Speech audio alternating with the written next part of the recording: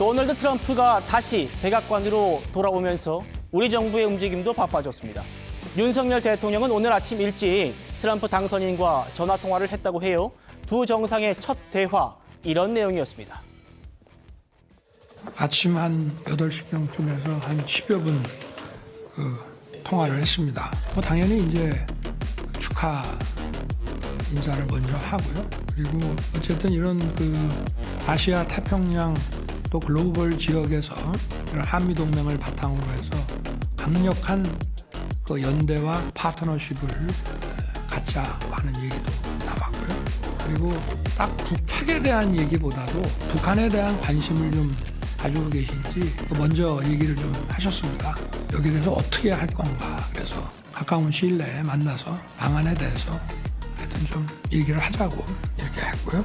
아마 트럼프 대통령 시기에도 이런 한미일 소위 삼각 이 협력은 잘 진행이 될 거라고 생각을 합니다.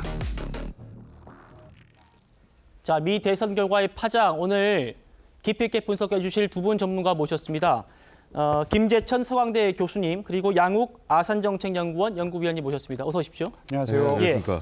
자, 제가 이어가도록 하죠.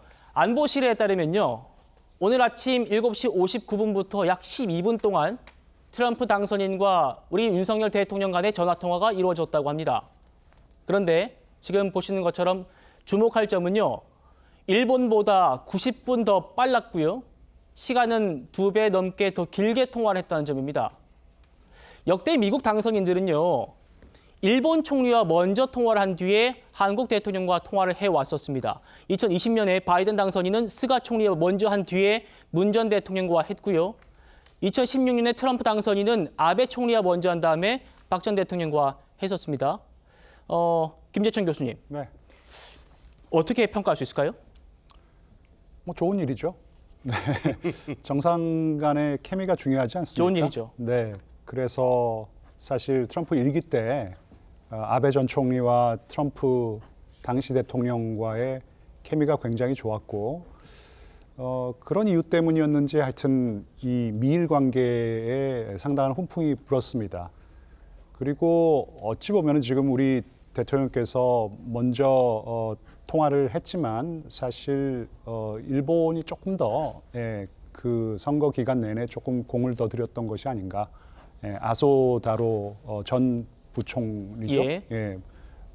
방문을 했었고, 그리고 이시바 시게루 총리도 네. 현 총리도 조만간 트럼프가 당선이 된다면은 내가 직접 가가지고 네. 취임하기 전에 만나겠다. 이제 물론 이제 우리나라 대통령은 행정부 수반이자 국가 수반이니까 좀 적절하지 않은 것이지만 어쨌든 지금 이 네트워크가 가동이 되고 있다라는 것 같고요.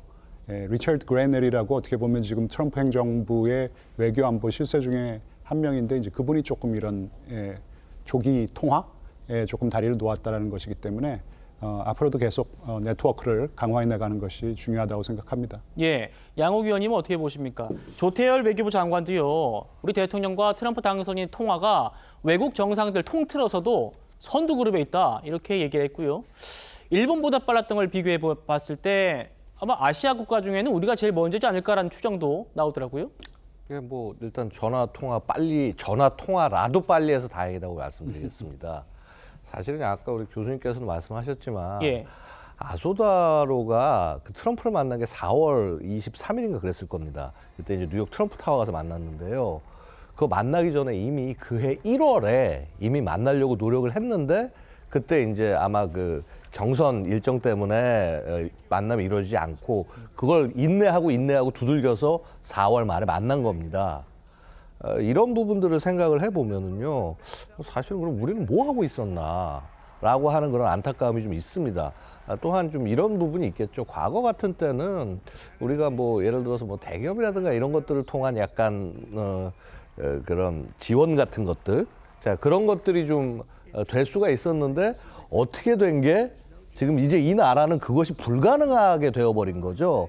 어떻게 보면 그런 경제력이나 이런 것들을 우리 국력을 위해서 활용할 수 있어야 되는데 정치권에서 계속 이 경제인들 두들겨 가면서 그렇게 하다 보니까 그런 것도 활용하게 못하게 된 그래서 어떻게 보면 저는 우리 정치권의 좀 국제적 감각이 좀 되살아나야 하지 않겠느냐, 좀 반성들 좀 하셨으면 하고 바랍니다. 예.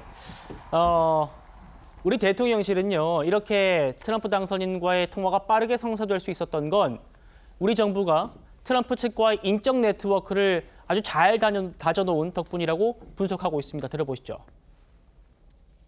트럼프 대통령과 가까운 분들, 아까 제가 말씀드린 해거티 상원의원이라든지 또 어검 주지사라든지 올브라이언이라든지 폼페이오 전 장관이라든지 상하 의원들도 많이 있습니다.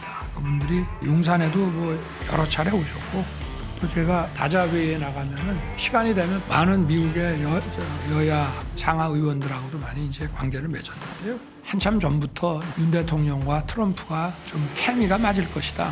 그리고 이제 과거에 이제 그 트럼프 대통령 시절에 행정부의 고위 관료를 지낸 분들, 또 지금 공화당의 상하 영향력 있는 의원들하고 제가 또 관계를 잘 맺고 있고, 그분들이 다리를 잘 놔서 트럼프 대통령과의 서로 관계를 잘 묶어주겠다는 얘기를 오래전부터 하더라고요. 벌써 어제 당선이 유력하던 시절부터 전화할 수 있게 전화번호를 좀 자기들한테 달라, 그렇게 요청들을 하더라고요.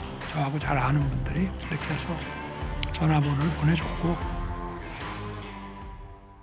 교수님, 지금 대통령이 직접 언급한 사람들이 몇 명 있습니다. 네네. 오브라이언이나 뭐 해커티나 네. 이런 분들이 반나절 만에 통화가 이루어지는데 결정적 역할을 했다라는 분석도 나오고 있어요.